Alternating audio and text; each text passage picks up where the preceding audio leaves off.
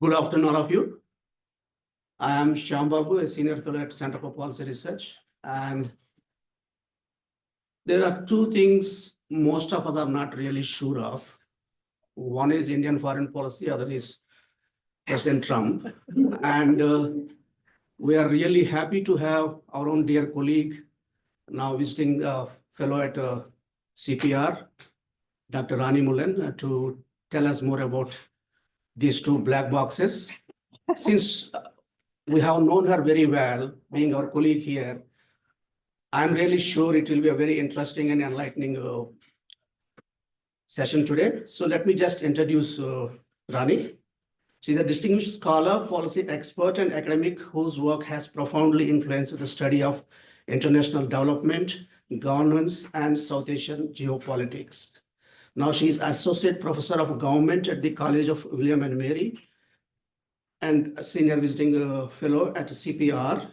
And she also is a founder and director of the Indian Development Cooperation Research Initiative, a pioneering project that tracks India's expanding role as a global development partner. Through meticulous research, the IDCR has become a leading resource for understanding India's foreign aid policies and their impact on global development. I remember last time we heard Rani is on this subject, Indian foreign aid policy. So without much ado, I invite Dr. Mullen to speak on the topic, Indo-US relations in the Trump 2.0 era. Thank you so much. I want to first thank CPR for welcoming me back. I haven't been here for a while. And so, oh, is it not on? You can't hear me? A little bit closer? Closer? Okay, all right, great. So thank you for welcoming me back, and thank you to all of you for showing up here. That's a larger crowd than I expected, especially the day after Republic Day. So I appreciate your coming here. I will say that, I'm not a US foreign policy expert, but I have been studying India and Indo-US relations. And I'm also putting the final touches on a manuscript, an edited volume on India's engagement in light of the China-US tensions, from foreign policy to how status shapes India's engagement abroad. Chapters written by different people, but we're hopefully sending that manuscript off soon. So in light of that, I thought, what probably interests you most is talking about what do we know? What can we sort of intuit from the few things that have been said that are out in the domain? But before I go into Trump 2.0, I thought I should just start out with sort of what I'm going to say overall, but also talk a little bit about, pre-Trump 2.0 Indo-US relations in the recent past. First of all, I just wanted to say that given good relations between the two countries under Trump 1.0, and the fact that many of Trump's senior cabinet appointees have been not only pro-Trump, but are China hawks, the personal chemistry between the two leaders, and the larger importance of India to American foreign policy goals, I think that the prognosis for US relations under Trump 2.0 are quite good. And I know I'm more optimistic than even some in-house conversations we had just this morning. But let me start out by going, looking back a little bit first. In the recent past under Biden, the Biden administration, of course, had a significant Indo-Pacific focus. And despite the fiasco of Afghanistan, the US troop withdrawal from Afghanistan, the war in Ukraine, Israel's war in Gaza, the Biden administration continued to have a strategic focus on the Indo-Pacific And India was crucial to that overall strategy. Just sort of the history, you know, that the new strategy for a free and open Indo-Pacific was announced by Biden in February 22. The one way you can gauge how important this was to the Biden administration, I think, was that at the beginning of 2021, when there was a massive Russian buildup at the Ukrainian borders, Biden's Secretary of State was nowhere to be found in Europe, or in the US for that matter, because he was busy with the Indo-Pacific, right? So there was this massive lead up that was happening, and yet he was in Melbourne with his Quad counterparts. And I think that was actually indicative of where the Biden administration saw its focus, thought, its major strategy focus was. So when he came into office, Biden, he actually continued what had been built up under Trump 1.0. And even before that, under Obama, with his pivot to the Asia Pacific. He continued with this region being core to US interests. He continued with a focus on China and the challenges that that relationship posed. And he continued to support the rise of India and its regional and indeed international leadership when we think about the UN Security Council, for example.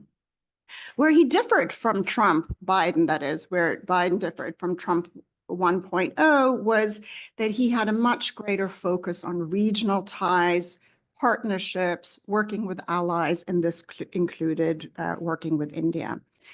Then he came up with the India Pacific Economic Framework with 4 pillars. And while that has actually been a little bit underdeveloped, nevertheless, it laid out this interest in not only working bilaterally with different countries, but a larger focus on the Indo-Pacific and thinking about an economic framework in light of the fact that Trump had withdrawn from a potential TPP, going into TPP. And the extent of focus under Biden on India changed quite a bit. I think it can't be overstated when we look at the Biden administration, despite India buying sanctioned Russian oil at bottom prices, despite India's voting record in the United Nations, especially with regard to Ukraine, and despite the scandal, I'm sure you know what I'm talking about, the alleged attempted assassination of a US citizen on US soil, the relationship, the US-India relationship, despite all of these, which could have been significant barriers, right, continued to deepen significantly under Biden. It was viewed as a core part of the Indo-Pacific strategy. It deepened in defense. India became a major defense partner under Biden. It launched different systems, including the Indus X. More bilateral military exercises were conducted with each other than with any other country. So US and India, bilateral exercises more with each other than any other country. So significant deepening, defense, tech, clean energy transition, economic. And the Biden administration was successful in navigating these hurdles that came up with regard to India had a very different view than Biden and Trump before on the US withdrawal from Afghanistan and what that would lead to. India took a different position on Russia and Ukraine. the Russian oil issue, this attempted assassination issue. And despite all of this, the US continued to supply military equipment, engage in economic sectors, et cetera. So there were significant differences between the US and India, but they managed to get through these. And at the end of the Biden administration, I would characterize the relationship as one that was greater than the sum of its different parts. So, the increased outreach on the economic side, the sort of military exercises, we can go through all of these, but that relationship was more than these individual parts.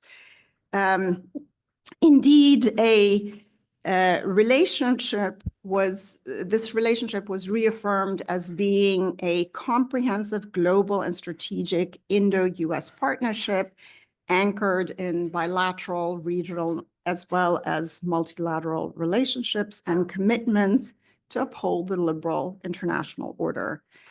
Under Biden, India was seen as key to a lattice work of institutions and mechanisms intended to enhance the free and open Indo-Pacific, and all of that was, of course, with an eye on China. And then we have had the new Trump administration, Trump 2.0, come in. And I thought I would first perhaps turn to potential barriers in that relationship. What are some of the issues that might be difficult to deal with? One of the most obvious ones is trade and tariffs, right? Trump has talked a lot about it, has been threatening, one way of reducing the US trade deficit with major trading partners was through, in his mind, this focus on imposing tariffs to address these imbalances. I think it is important to understand that for Trump, this is a negotiating position. You put out a figure, 25% tariffs on even close neighbors such as Mexico and Canada, and then you've sort of shocked the allies to the table, and then you start with that as your position. And the US, of course, has the largest trade deficit with China, accounting about a third of US deficit is with China. Trade deficit is with China. The US trade deficit with India is significantly smaller. India ranks 11th. It's the 11th largest partner with whom the US has a trade deficit, about 43 billion in 2023.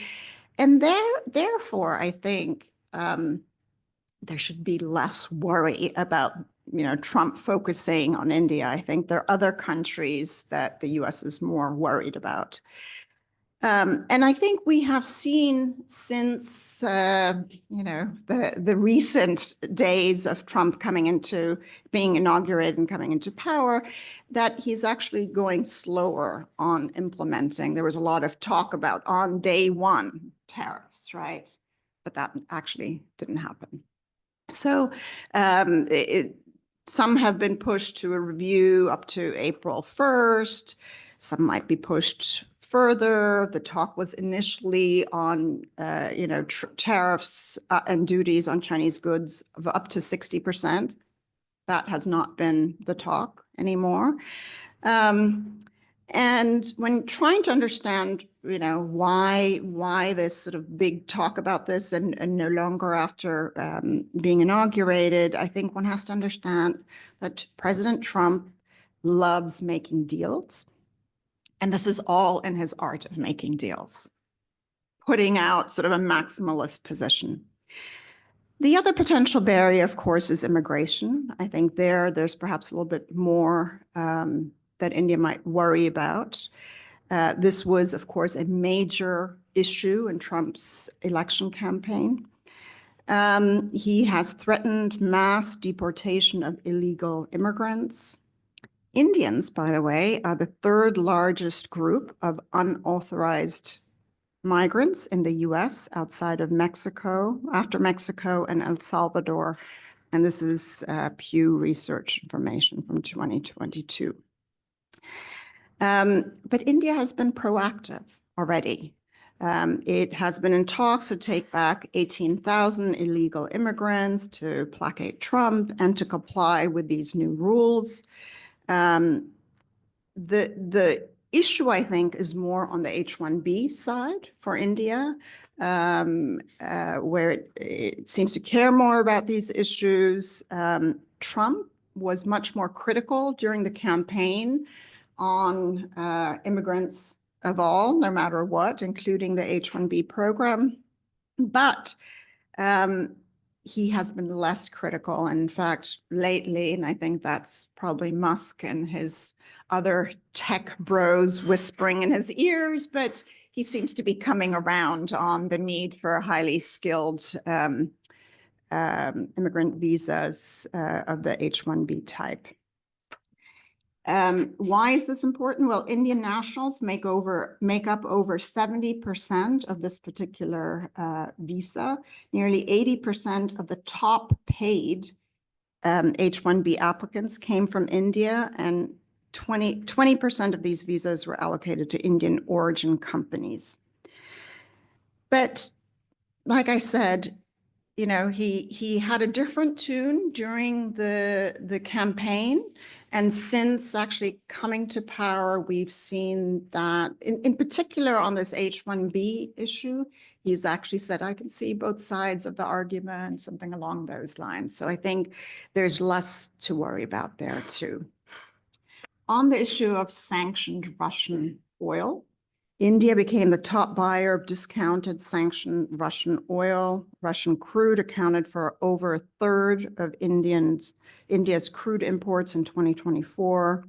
The outgoing Biden administration put on additional sanctions on Russian oil. To date, Trump has not reversed those sanctions, which are starting to have a significant impact on India. And India has been trying to look to diversify its imports.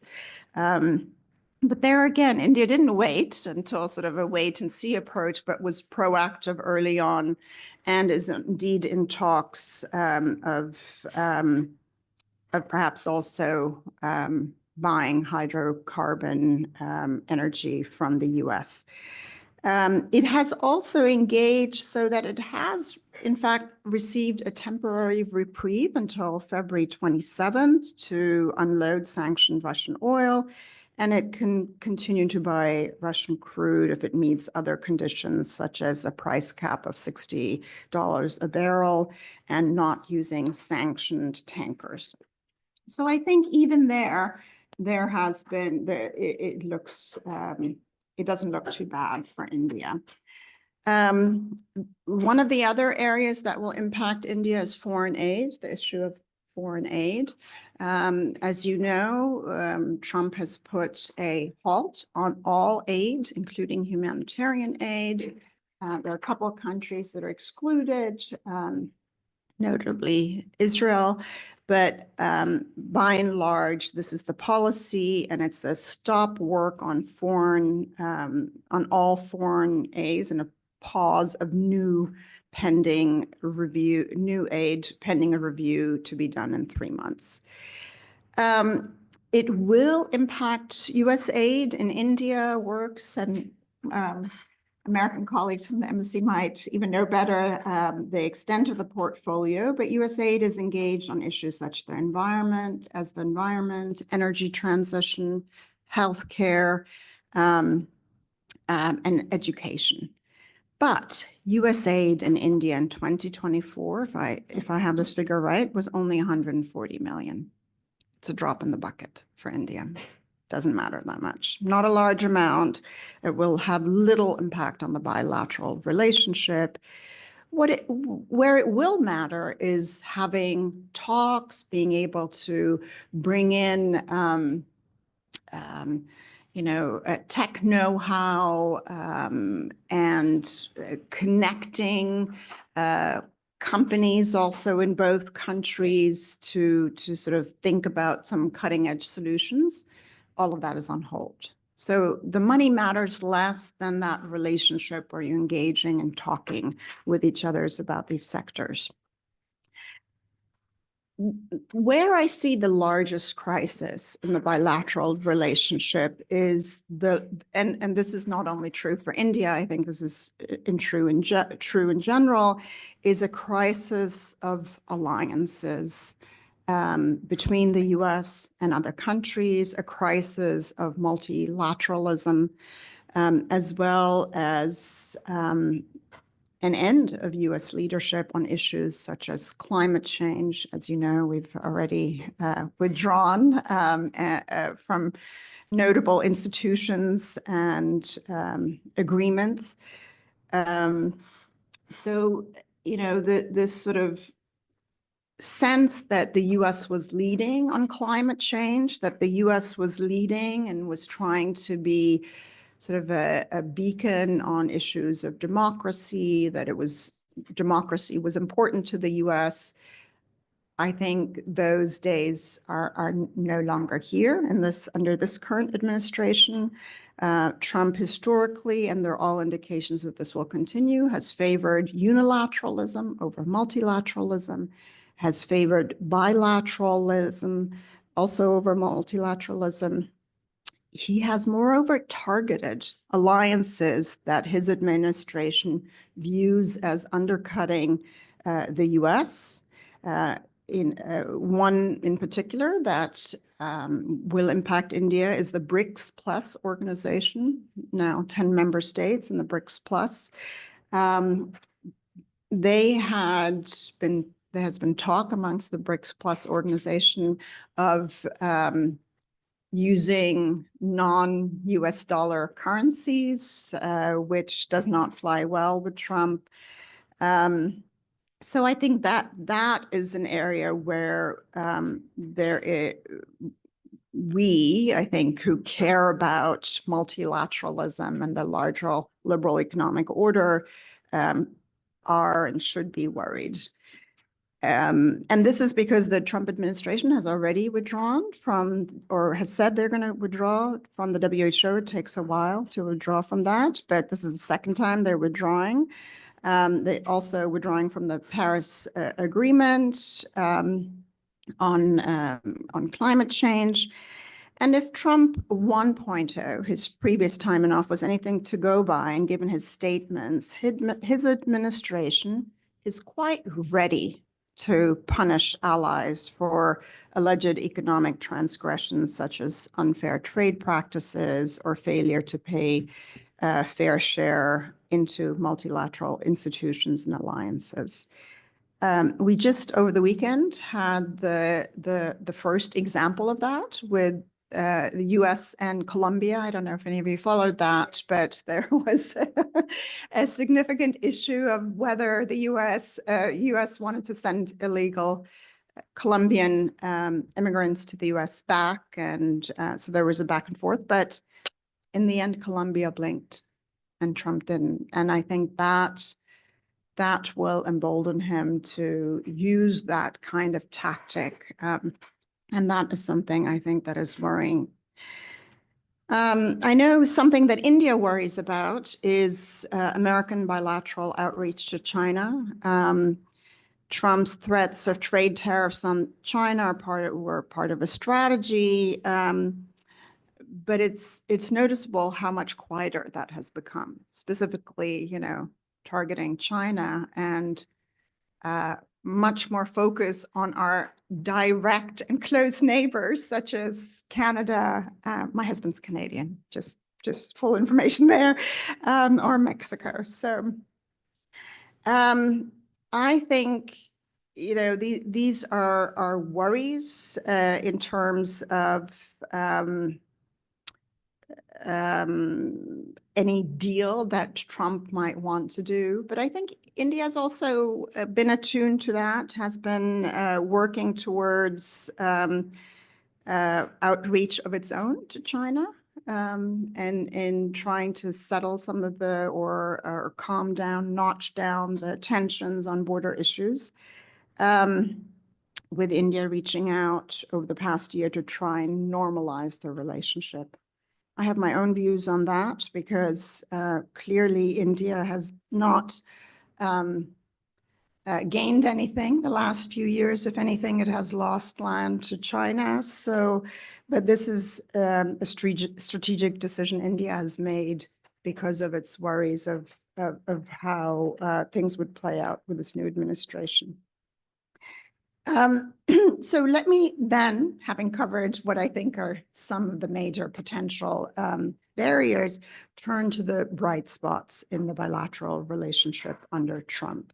By the way, I wanted to quote here a European Council on Foreign Relations survey of January 15th, which said that 84% of all Indians believe Trump will be beneficial to India. So there seems amongst the larger population a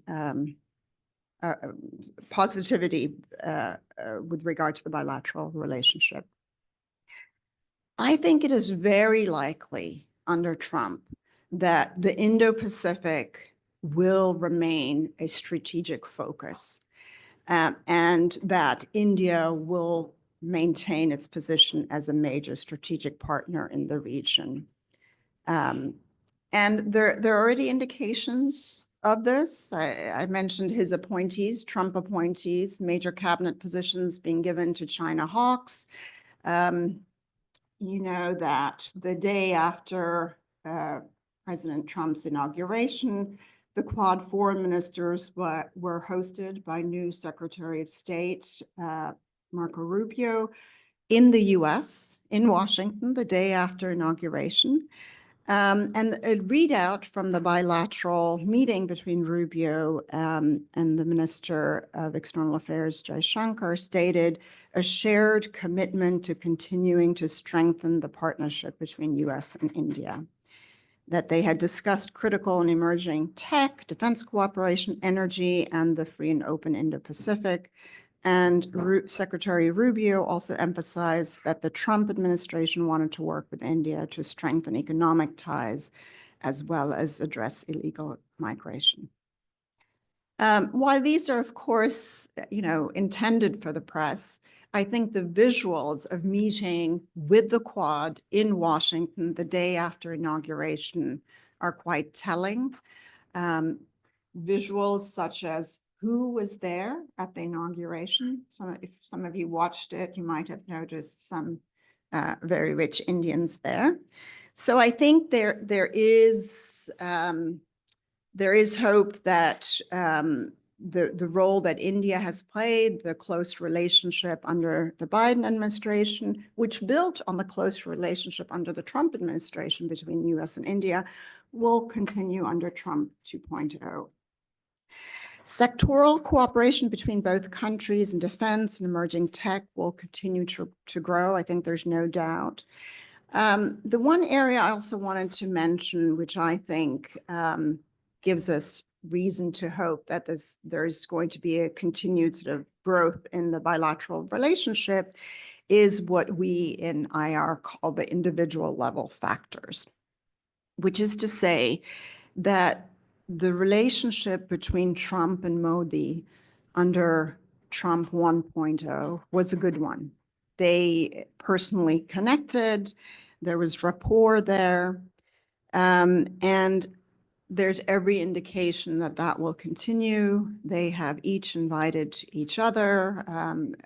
It looks like sometime this year, President Trump will be coming to India and will be hosted here. So I think that those sort of individual level factors, which by the way include the External Affairs Minister Jaishankar, who of course has a long history and experience in the US and has experience under Trump 1.0. The strong rapport has already led to talks of Trump visiting. It is also India that is hosting the next Quad meeting, and every sort of more formal information that we see coming out, the indications are good. I would like, though, to end by saying that Trump is a transactional guy. That's what characterizes how he engages. It's not work, he's not one to work together with allies. It's all about bilateral transactional relationships. So the prognosis then is a good one with significant indications of cooperation, and even the potential barriers, I think, are already being worked at and show signs of solutions on the horizon. The key to understanding him is all about transactions in America first. He has had little interest, if Trump 1.0 is an indication, in strengthening alliances from NATO to alliances with the immediate neighbors. But he has little interest in issues such as democracy or holding up the post-war liberal economic and political order.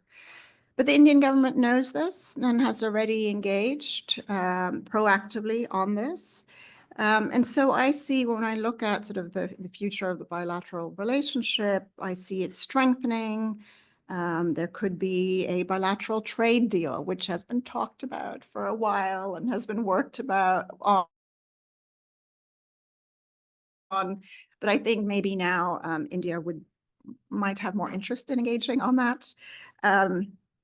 India is already working on greater imports of U.S. hydrocarbon energy, continued work on defense cooperation, and AI and other sectors. There is significant, both at the government level, but also in the private sector, significant relationships and outreach that have taken place that the U.S. is keen to build on, because in the end, that is a win-win for both countries. So overall, I just the last couple of days was reading through, the Indian newspapers, and I think some are more pessimistic than we need to be. Also in the U.S., the press similarly is sort of, perhaps more outspoken on some issues than the Indian press, where you see less criticism of the government these days, but that's another matter. Overall, I think the prognosis is quite good. There is already significant work on potential barriers, and I'm cautiously optimistic about how this will go forward. So with that, that's kind of all I had to say. I'd love to, any questions, love to engage with all of you. Thank you for listening. Thank I you. went on rather long, sorry. No, not long. Thank you very much. I started a bit pessimistic, but now I'm less so. But I don't know how long this would last. One concern many of us here have is Indians have become very successful. That's good, and we are happy. But they're jumping into electoral politics. We see as a kind of already backlash started among conservative American right circles, abusing Indians openly. How seriously we should take that one? And the second question, let me misuse my privilege as the chair. Trump threatened to impose sanctions on the BRIC economies because they seek to challenge the domination of the dollar. How can India resolve the tension? It's not going to go away. Shall we take a few more questions? As you like, I can answer Yeah. this, or we can go ahead and Okay, take let me it. open it. The floor is open now. Please identify yourself and please be brief in the questions, because we have so many questions here. Oh, yes. Okay. This is the first time I'm using this kind of mic. It's very sophisticated. Yeah, I have a very small comment to make and a question. When Jaishankar was confronted with this question about India's buying oil from discounted prices from Russia, he gave a two-part answer. One accusation that was made by European journalist was that you're funding the war. He said, if we are funding the war, what about the gas that European countries are getting from Russia?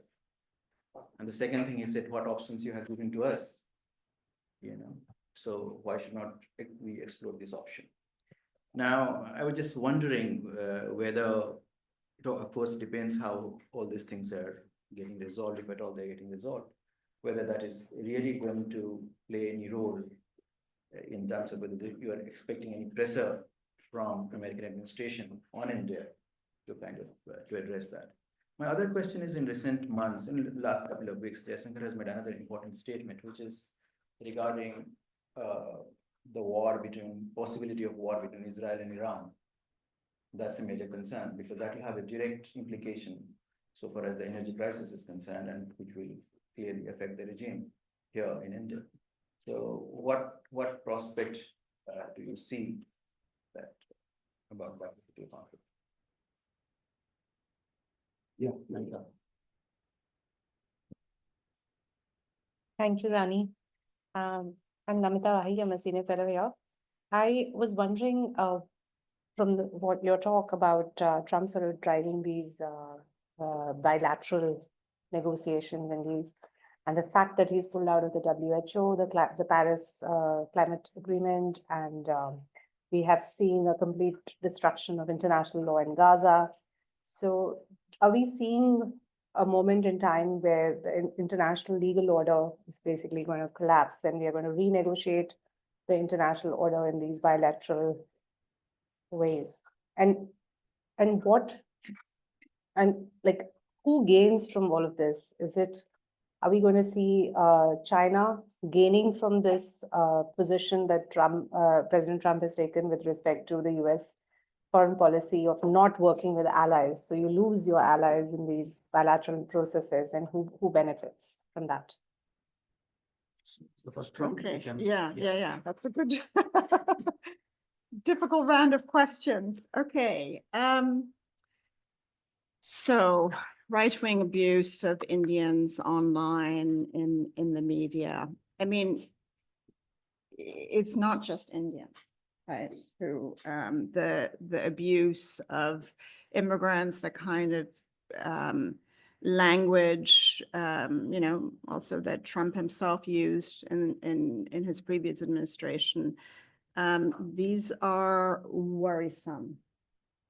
But I think at the national level, in terms of them actually being able to impact policy, I don't think so. Right? I mean, to some degree, it feeds into sort of this whole, that's how he also ran his campaign, right? To get people riled up, anti-immigrants, they're sending us all their criminals. I mean, the data actually does not back any of this up.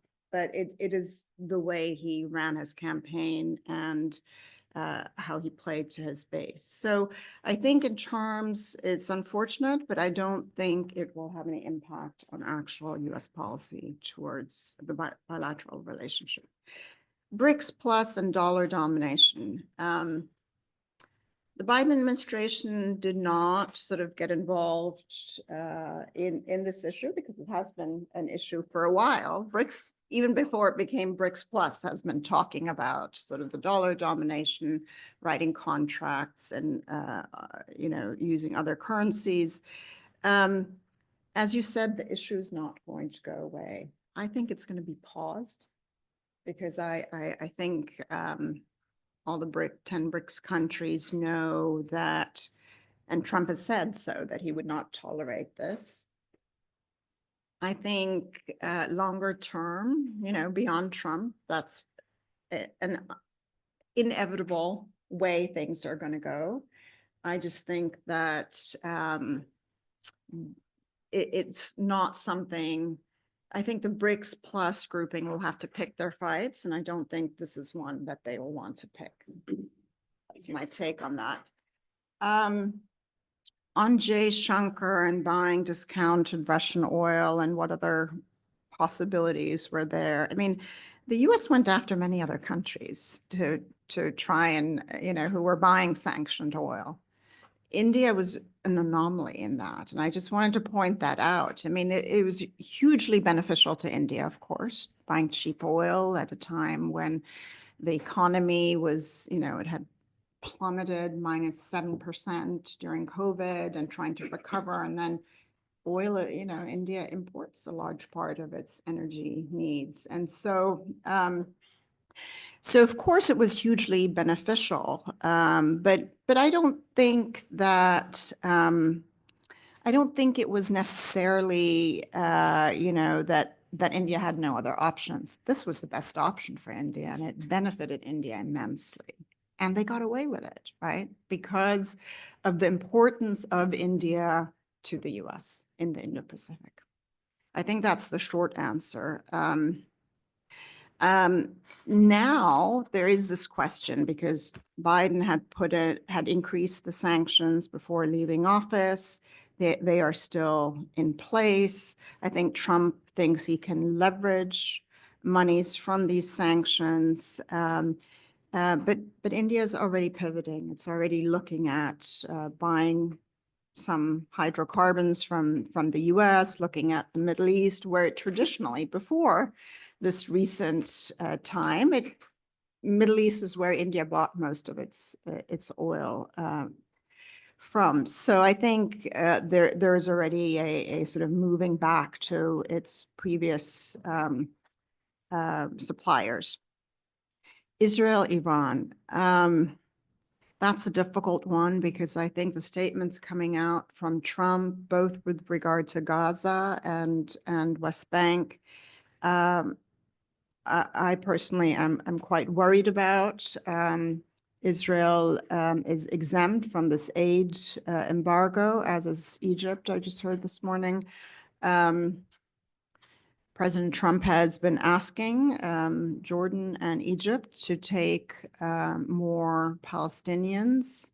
Where this is all going, if the American government supports sort of Israel takeover of West Bank and Gaza, this would, of course, be a huge boost to Netanyahu, who is also in a difficult position within his own right-wing partners in his government.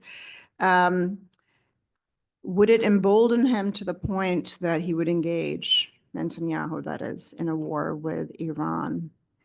I think Trump is a very sort of practical-minded person. There's a lot of bluster and a lot of talk, but in the end, the US getting involved in the Israel-Iran war because we're close allies with Israel, I can't see him backing that up. That using that threat is different from actually saying, okay, we'll back you up if you go to war against Iran. So that is my take. I'm not a specialist in this part of the world, but that would be my sense, given how he's engaged, and also that he just, he wants the US troops home. He was, after all, when we think back to Afghanistan, it was Trump who negotiated that awful deal that led to the US withdrawal, right? That happened under Trump's watch. Biden ended up going with it, but the negotiations started under Trump. So I just can't see him giving sort of Israel a carte blanche for this. On the international liberal order collapsing, this is my main worry, right? Because I think when you look at the big picture, I also study European politics a bit. I also have German nationality, and Europeans are tremendously worried about it, right? From NATO, and of course they have Russia right next door. In all fairness, they should have been putting much more into their own security for quite a while, right? So is it going to collapse? Well,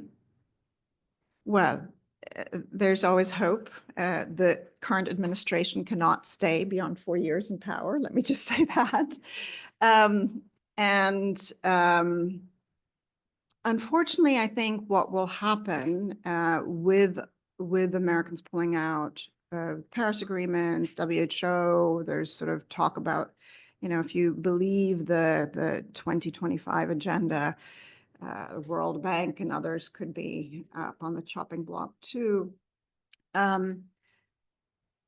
What will that lead to if the US really pulls out of WHO? Who's going to fill that gap?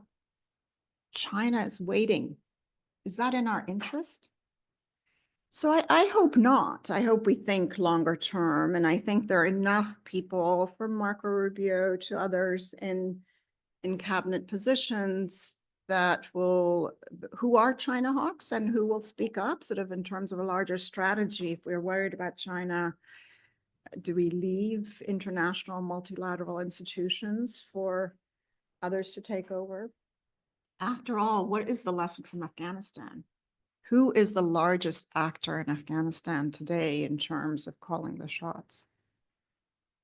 China, right? So I think when we think about that, I would hope that thinking about who gains and who loses, I hope the Europeans step up in terms of funding to support the liberal international order, from the UN to World Bank and including WHO. And I am there again. I mean, it looks more dire on this issue, I think, than it does in many others, from what we've heard. And there are voices within the administration who want to sort of are more inward looking towards the US and why do we have to care and why do we have to be the major funder of NATO, et cetera. But I'm still hopeful that there's sanity in those advising him that we have to think about the longer term. Yeah. And I will say Democrats and Republicans generally agree on China. Like there's bilateral consensus in the US that China is a major strategic issue and will remain so for the foreseeable future. So There is one question online. It's about President talking about Panama Canal and Greenland. The question is, how do you see this approach would affect China in taking such aggressive steps either with Taiwan or on Indian border, as it would give them an example to justify their interests? Shall India take this into our foreign policy calculations? I think that's essentially this question. Greenland, Panama, et cetera. Yeah, I mean, Can I just add to Shambabu's question? Because I don't know if you saw. It's not my but question.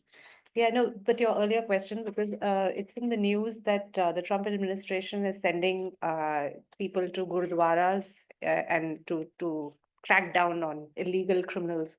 So in terms of targeting Indians, and there's like been a protest from the Sikh organizations, because in New Jersey and New York, they've already targeted the gurudwaras. That's in the news today. okay, I have no. Okay, again, the floor is open for next round. Yes, please.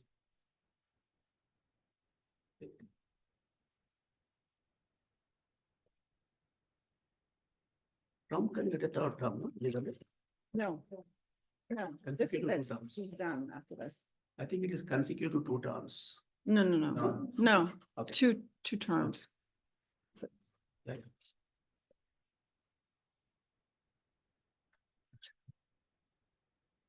Hi, my name is Pratyush. I have a background in South-South cooperation and development cooperation. So my question is somewhat related to the point you made that it's only $140 million that India gets as an ODA from US.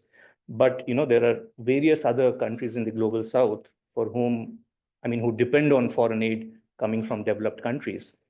So this 90-day moratorium on the foreign aid that US administration has imposed, do you think it is going to continue that way, or how futuristic or how this inward-looking policy on foreign aid is going to impact the global South in general? And a broader question would be that, do you think the US politics has fundamentally changed?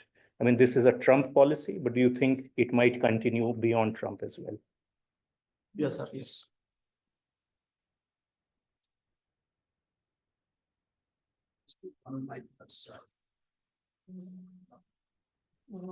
Thank you, sir. Ma'am, I have a few questions to pose. The first is, I believe he's playing a long-term strategies. It's not a short term because he has a previous experience the last term, and now he has seen all the way.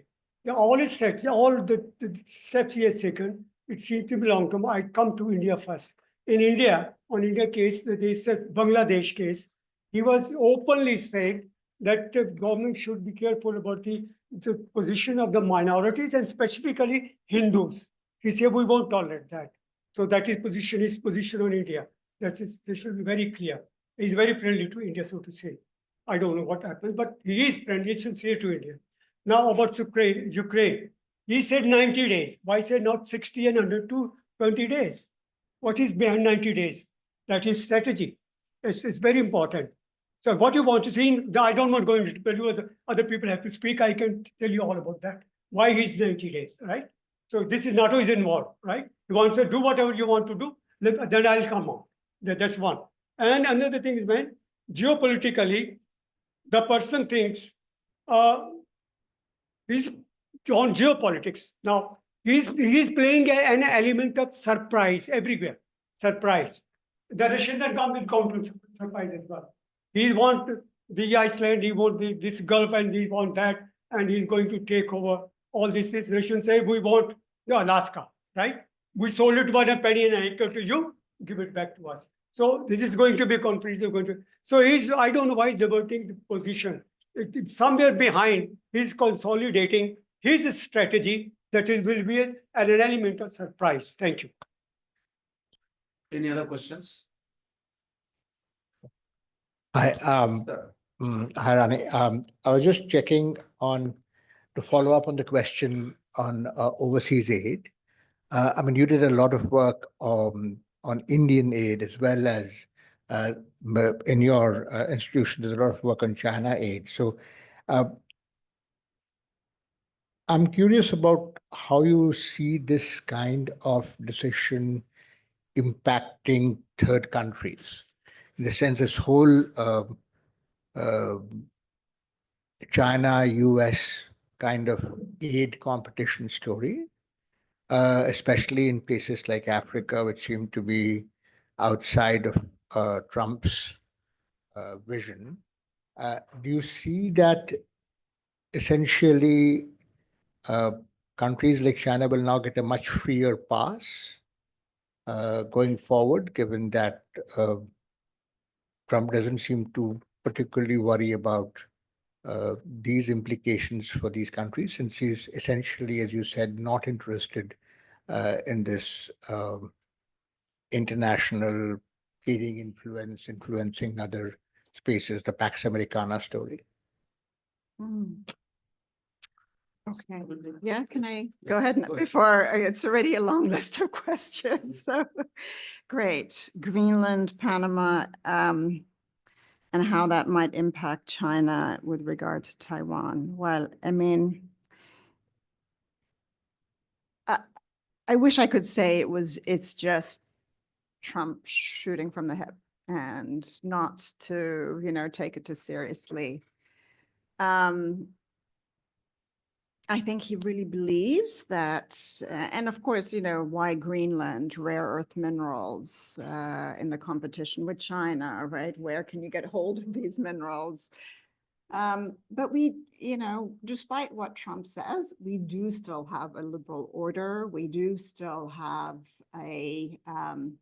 you can't just go and take over a country. You can't just abrogate all international treaties. And Greenland has some sovereignty. So, and they've been quite outspoken about Greenland not being for sale. So I think there is sort of this worry of how can you even talk like that in the 21st century when, this question of autonomy and self-determination and all of that. But I think that the worry, of course, of whether it will embolden China to go ahead and finalize it, what it's been saying for a while, that Taiwan is part of China. I think it is worrisome. I think, of course, The US does not recognize Taiwan as an independent country. We haven't. So in terms of policy towards Taiwan, though, we have been, they receive aid, they receive technology, and we have significant military resources in that part of the world. So when push came to shove, would it embolden China? And if China would be emboldened, what would the US do? Those are a lot of ifs down the road, but I think that's kind of where the question was heading. I wish I could say that, we would stand by Taiwan. I am not sure that this administration would head in that direction. But I have faith in some people in the administration who are his advisors, perhaps even the Secretary of State, who are China hawks, as I mentioned earlier, and who think about sort of longer term implications, the sort of domino effect if the US is seen to sort of go after countries and think that it can be taken over. On the other hand, I should say that China has been taking territory by stealth almost, and there hasn't been that much outcry. I mean, you all know about all the ports that China has from Australia to Myanmar, Sri Lanka, all the way up to Greece, right? So the eastern seaboard of Africa and up to Greece. So not only ports, but China has actually been changing the border, especially its western border in its favor, including the border with India. And I know that's not much talked about in Delhi for obvious reasons, but I think China has kind of been emboldened. On the other hand, the fact that European countries and the US so far are still backing Ukraine. Of course, Trump wants a deal there. I think there is real worry about the domino effect that this might herald if it in fact goes through. But I think there are institutions in place, and this is why I think we have to all sort of back up these institutions and support these institutions of the liberal economic order, that you can't just say you're going to take Greenland. Yes, you can say it, but you can't actually do it. There are institutions. This is not colonialism of the 19th century, right? You can't do that. Turning to the question on US aid and what the future is of that, and what it might herald, and I maybe putting that together with Partho's question on the impact of this on third countries where US and China both fund projects, and what does it mean when the US pulls back? I think, clearly with countries like India, it's less of an issue.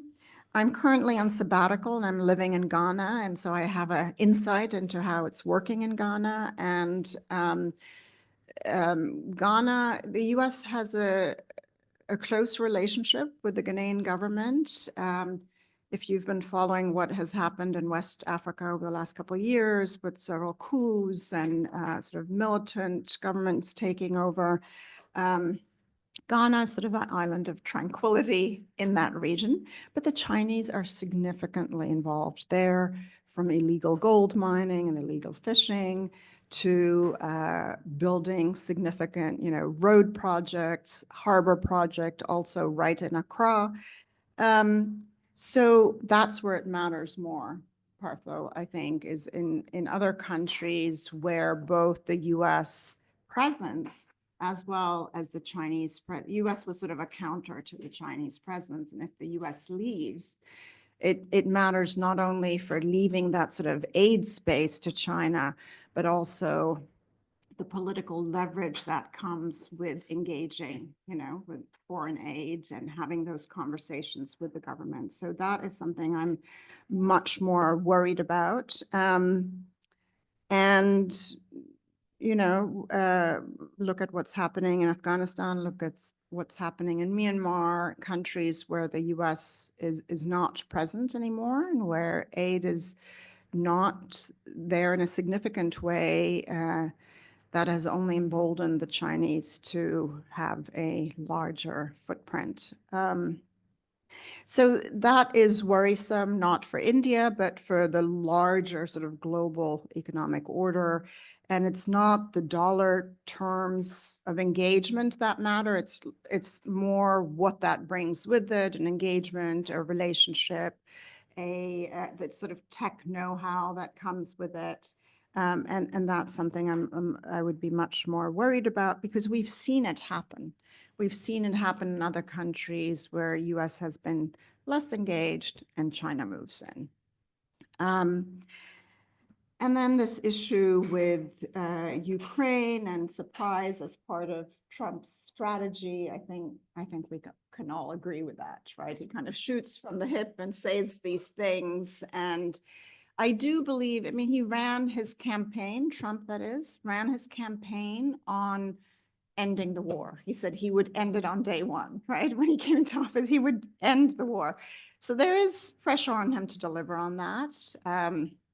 And he's trying to use the leverage. He's trying to sort of get OPEC nations to increase their output, to lower the price of oil, which would get countries to buy less, like India, to buy less oil from Russia, turn towards other countries, and therefore take away the resources of the Russian war machinery and hopefully bring about a quicker end. So I think don't take him at his word. When he says these things, I think he shoots from the hip, but I think it does lead to countries sort of reconsidering in terms of how they engage with him. Even he could have ended the war, but because Biden pushed it too far, so it is become unmanageable. So We'll take it as a comment. He would have. Yeah, So there's a very interesting online question. yeah. Given the USA's decline and emergence of other superpowers, namely China and Russia, what is the interest of India to engage more closely with a declining empire and abandon its more beneficial in economic and military terms relationship with China and Russia? You partly answered that. What does the USA have to offer more to India than the stick of threats and sanctions? If India decides to maintain its neutral foreign policy stand and base its foreign policy on its own national interests. Okay. You want me to answer that one or we can take it in? Okay. Well, I would not consider Russia a superpower. I think if you're really talking about superpowers, I think it's the US and China. Russia does not have the kind of global wherewithal. And certainly the war in Ukraine has been bleeding it of manpower, but also resources. So, but of course, India strategically continues to buy its hardware from Russia. And so, and you can't just pivot from buying MiGs to buying F-16s or whatever. And so that relationship has continued. Why should India continue to engage with the US rather than put all its chips in the China and Russia basket? Well, I think Modi tried that.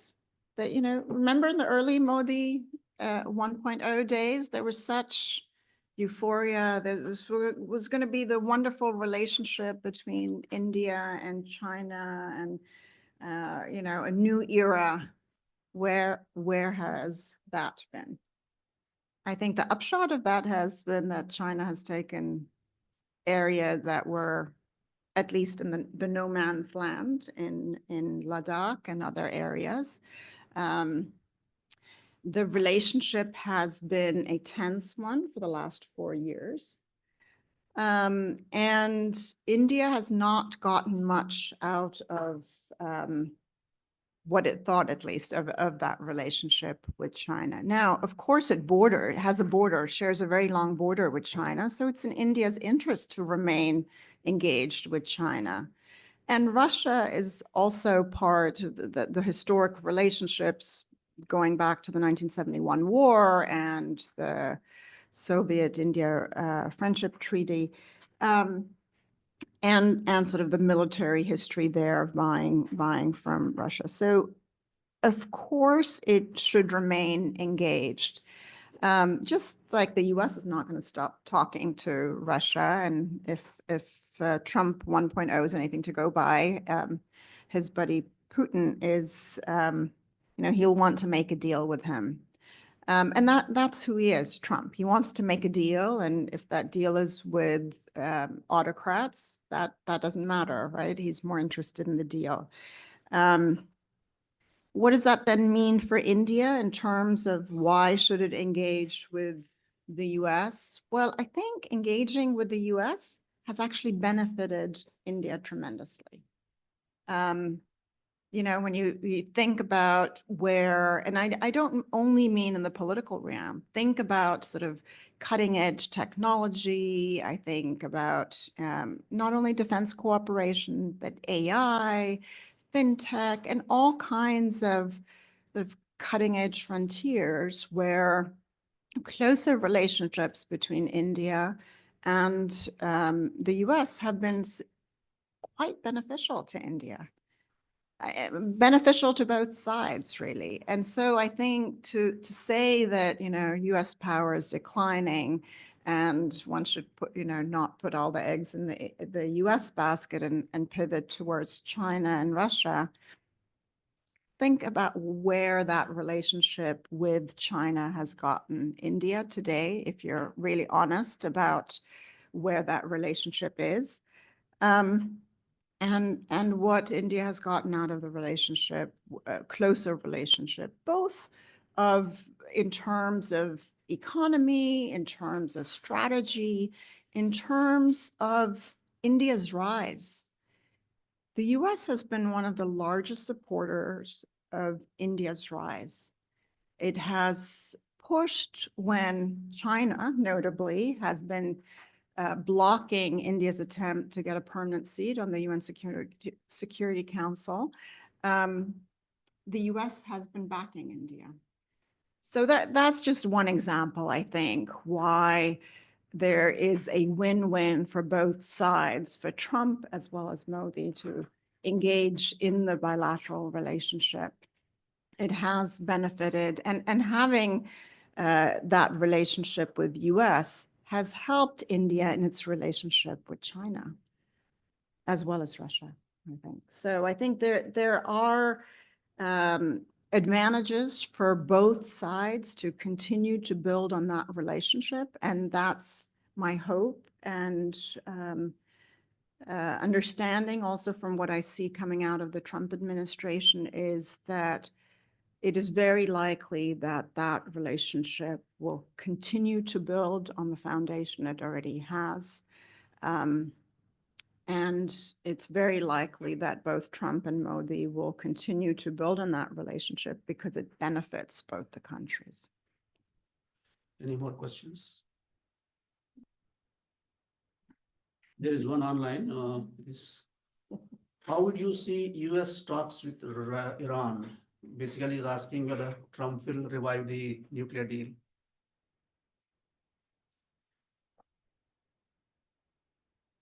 Should I go and take it? I haven't followed Iran that closely. Of course, Trump 1.0 was much more hawkish when it came to Iran. Biden was a, strong supporter of Israel, but I think we can safely say that Trump will probably take that up a notch. And so that is my worry then. Is he going to sort of try and make a deal? I don't think Trump is one to want any foreign engagement that would require US troops to back our, partnership with Israel as Israel potentially engages with Iran. I think it's more about trying to get a deal, trying to, get OPEC to produce more, bring prices down, which will hurt, of course, not only Russia, but will hurt Iran also as a major oil producer. I think I think we shouldn't make the mistake of taking him by his word, but seeing more of like, how did he go about making deals? How did he navigate this issue of Iran? On that, of course, he was much more hawkish. But when it comes down to it, I don't think Trump is one to want to sort of give Netanyahu, further support to go ahead with an engagement there. So worried, but perhaps in the end, I think cooler thoughts will hopefully prevail on that issue. How much of a role the Saudis would play on this? Yes, the Saudi card. Well, there's been historically a good relationship between Trump and the Saudis, and I don't think I think there's significant war weariness in the Middle East, given how much destruction has happened in Gaza and how that holds in resources from, and it's going to take significant resources to rebuild also. But of course, Saudi Arabia and others are key to bringing oil prices down. So I think that bilateral relationship, to use it to enable Trump's foreign policy priorities in Russia, bringing end to the war in Ukraine, also perhaps with Iran, might well be, but this is not an area of the world I study, so I'm not the expert on it. When one looks at India's security concerns, in my view, the most prominent security concern or threat that India, from the point of view of foreign policy, is the growing Pakistan-China nexus. Right? And India, in a sense, has contributed to it by its intervention in Kashmir. When it comes down to Security Council with China, which has backed up India, China backed up Pakistan and all of it. But to a large extent, how America deals with Pakistan, because in the post-Imran Pakistan, the relationship between America and Pakistan has again improved considerably. So that would also play a big part on how the relationship between India and US is going to unfold. What would be your thoughts on that? Because your analysis, Pakistan part is very important.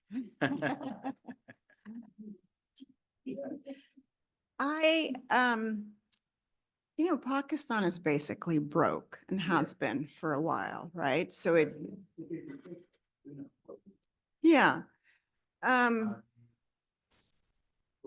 which is why part of the sort of my enemy's enemy is my friend, in a way, the India engagement with the Taliban, which seemed curious at first, has to be seen in that light, right? That with the Taliban ruled Afghanistan, tensions between Afghanistan and Pakistan, India sees this as an opening to sort of checkmate Pakistan's interest in Pakistan, but that in Afghanistan, that's another issue.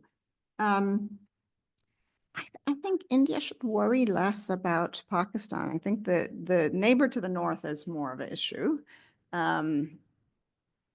Economically, it's more of an issue. It has changed the border with Pakistan west of here, the eastern one, of course, has not changed. I think, Pakistan, China has done this with many countries, not just with Pakistan, right? That they are essentially indebted to China, significantly indebted, right? Worry about Sri Lanka, worry about Bangladesh has managed this tightrope a little bit better. Myanmar also, right, in terms of that relationship with China. So I think, yes, the Pakistan-China sort of all-weather friends nexus is, of course, something that has always worried and continues to worry India. But the focus should, and I think has been shifting more to China, because that really is where the threat, I mean, what part does Pakistan play in the Indian economy? Nothing really. China, on the other hand, right? That's quite important. So I think a focus on how to engage with China, how to prevent it from taking over territory, engaging in such a way that sort of India is less likely to, continue to rise, because India continues to see China blocking its entry into a potential permanent seat on the UN Security Council, for example. And I think we see that in Indian foreign policy, much more worry, because the threat economically, strategically, short, medium, and long term is China, not Pakistan. What could be the approach of the US Congress towards Khalistanis and other Pakistan-sponsored secessionist terrorist organizations?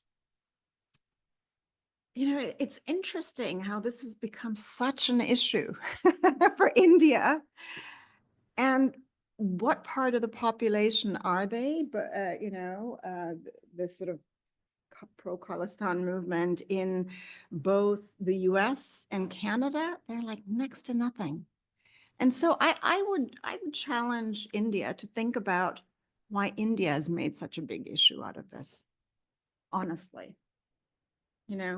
Why risk, why put, and not only put, but really damage your relationship with Canada and the US by attempting to assassinate, and in Canada's case, assassinating a citizen of the country on their home turf. That to me is just, and these are, in the Indian press, you sometimes get the sense that the Sikhs and are all the Sikhs in Canada are pro Khalistan movement, and that they are something like, 10-20% of the population. I mean, that's ludicrous. They're 3% of the Canadian population, and very few of them are sponsoring any kind of radical movement. So why is the Indian government? I would kind of throw the question back and say,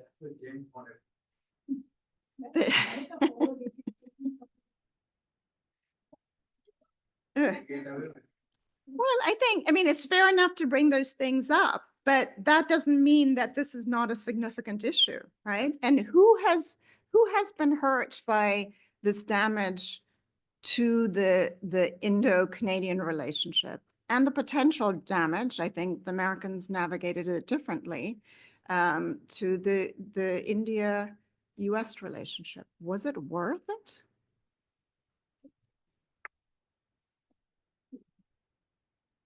I think okay, I don't want to get into this, but I think there's significant evidence, but that doesn't mean, I think India has admitted to it, in fact. We are getting into CPR Yeah. faculty meeting. Yeah.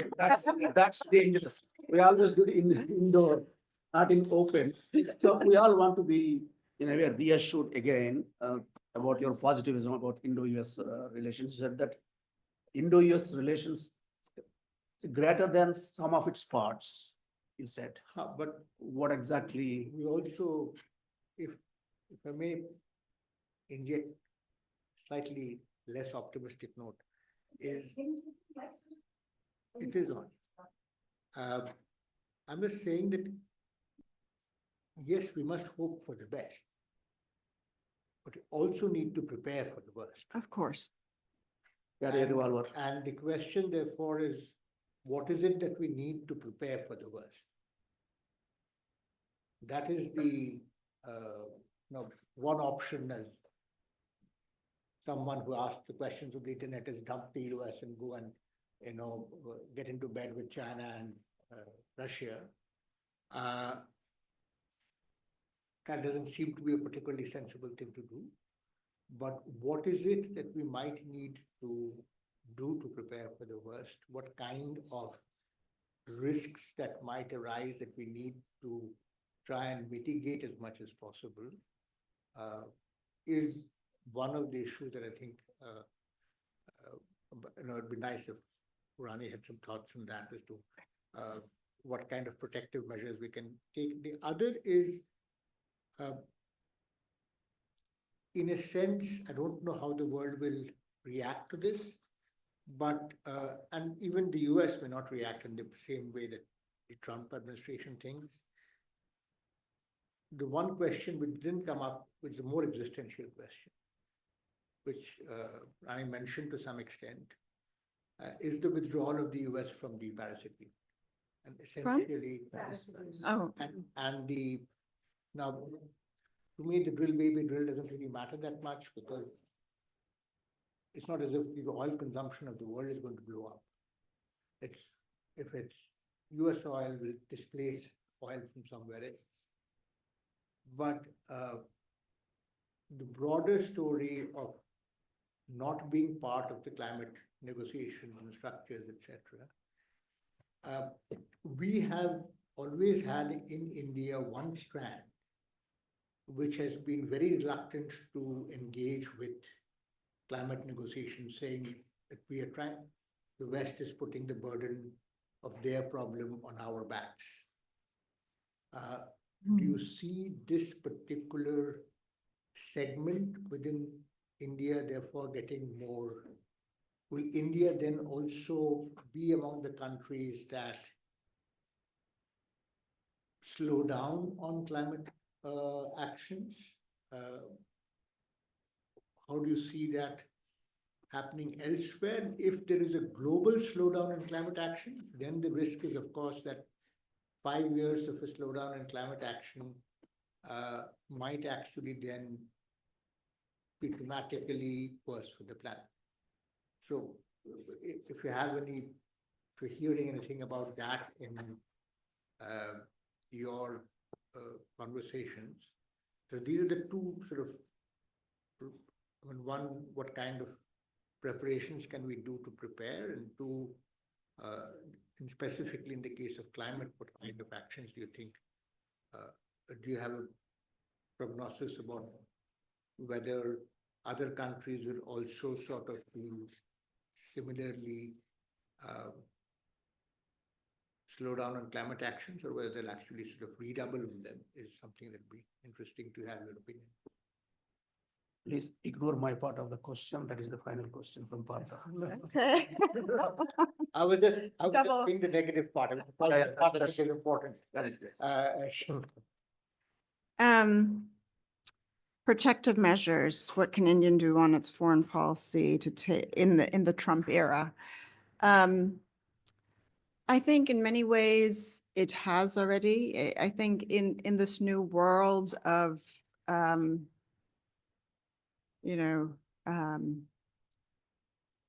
sort of the rise of China, Russia's role. India has engaged, and this has not been new, but it perhaps has had more urgency behind its engagement in talking to China to try and have a better agreement about the borders. Of course, China, India retaliated by doing away with TikTok, by, having less deals with China, et cetera. Not that it's had that much of an impact on India's trade deficit with China, but nevertheless. So what can India do? I think it has already started engaging more with China, and I think that's important because you have to hedge your bets, especially in the Trump era. What it could do more of and should do more of is engaging with its neighbors.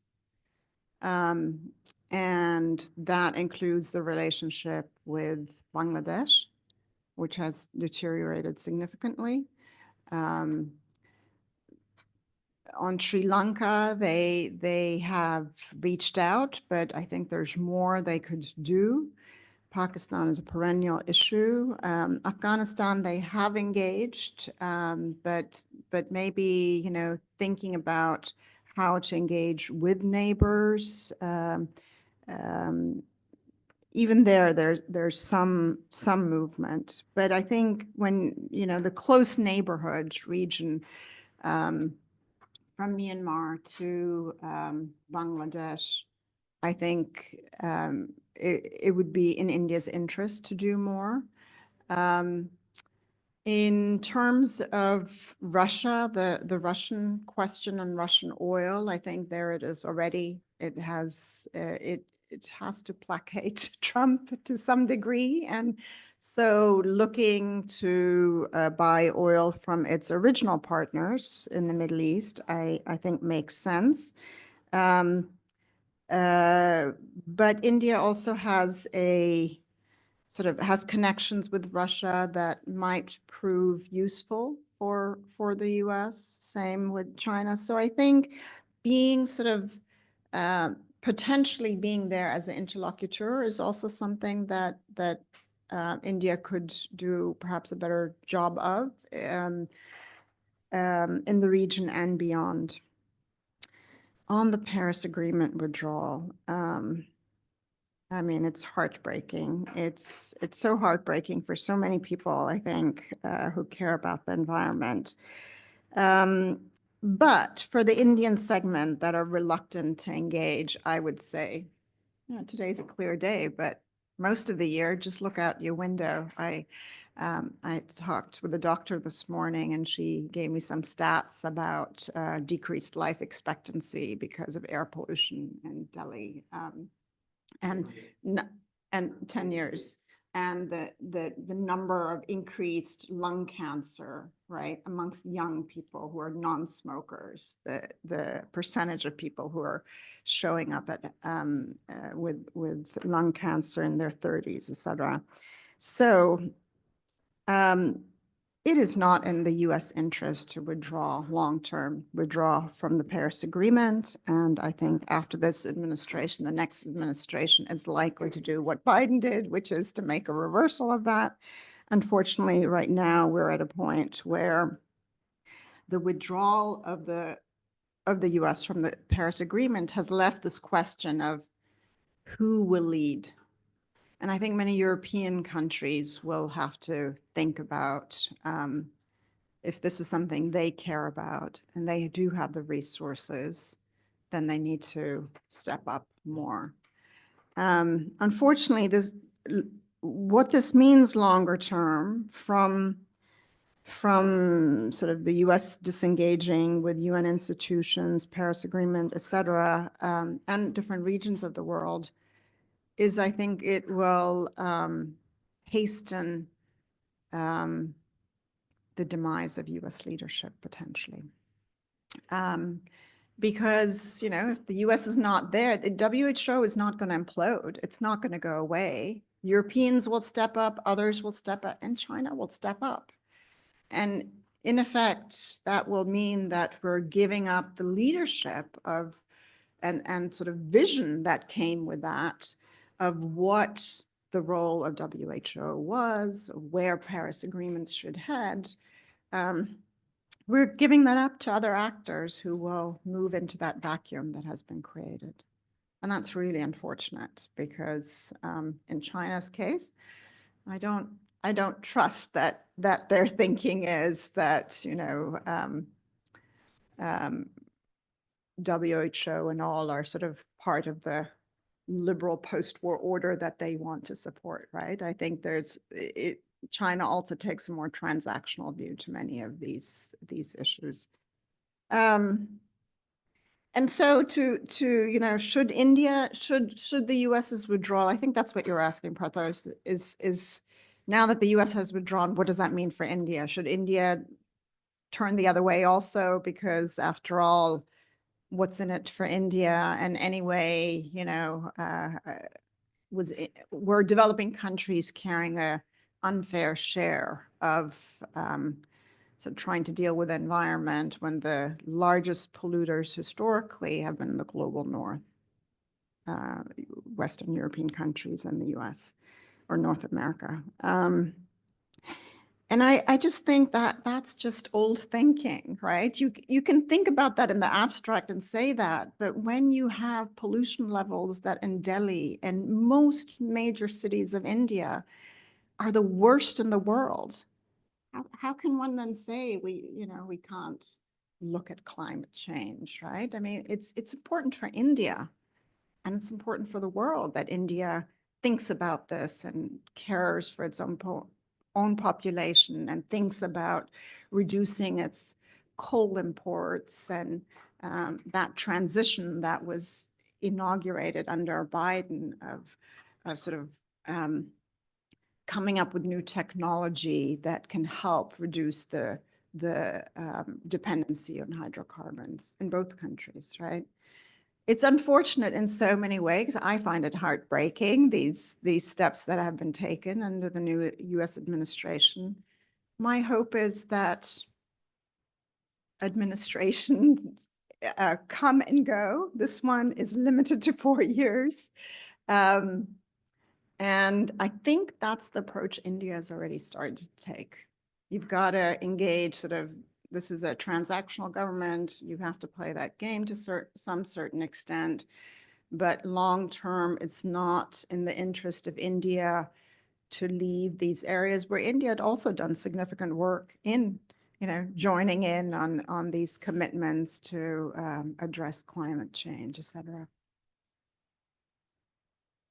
I guess I'm a little bit more optimistic than you on this, but I would say it's also, India should think about long-term. It's in its own interest, not because of its relationship with the US or anything really to do with other countries. It's in India's own interest to look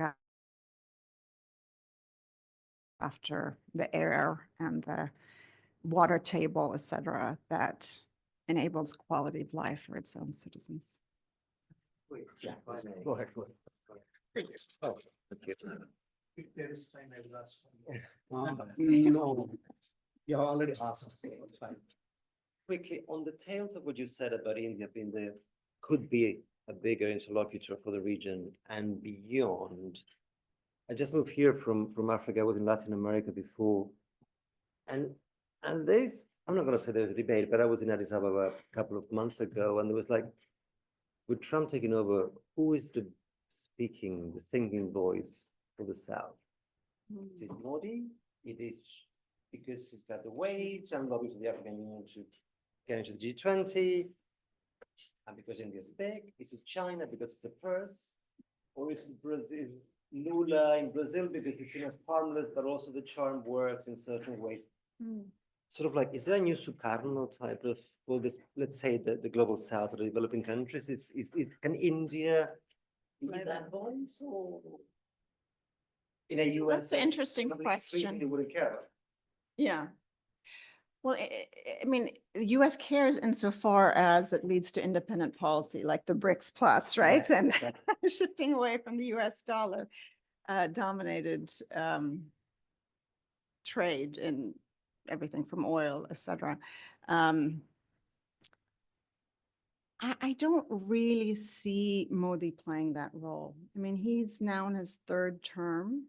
And while initially, I think there was some thought that he might, at least in the region, play the role. Remember when he was 2014, he was like, I don't know how many different countries he visited, and it was all about sort of rising India and South-South cooperation and engagement. Perhaps to some degree, the BRICS Plus and G20 have played that role for India. Like India has played that role within these institutions. Certainly, I think many countries would be reluctant. BRICS Plus and is also a way of sort of bringing China in and keeping it contained, right? Because sort of for legitimacy in the global South, because you have now not only 4 other countries, but you are actually China and 9 other countries, right? And so I think that has also been part of the strategy of India. Let's find platforms that are not bilateral, because in a bilateral India-China India in many areas has a weaker hand. But when you're sort of talking about the global south and China is in that forum, it enables Lula and Modi to play a different role. I would like to, and I had thought maybe there would be more leaders like, you know, rising up, that maybe Modi had some of that in mind, that a rising India would lead him to both become more moderate domestically in terms of his domestic politics, as well as sort of engaging in the neighborhood and beyond.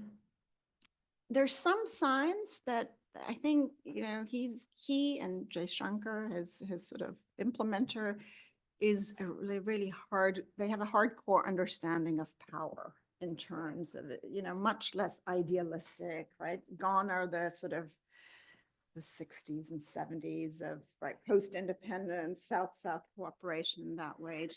It is more transactional. It is much more about, okay, what's in it for me?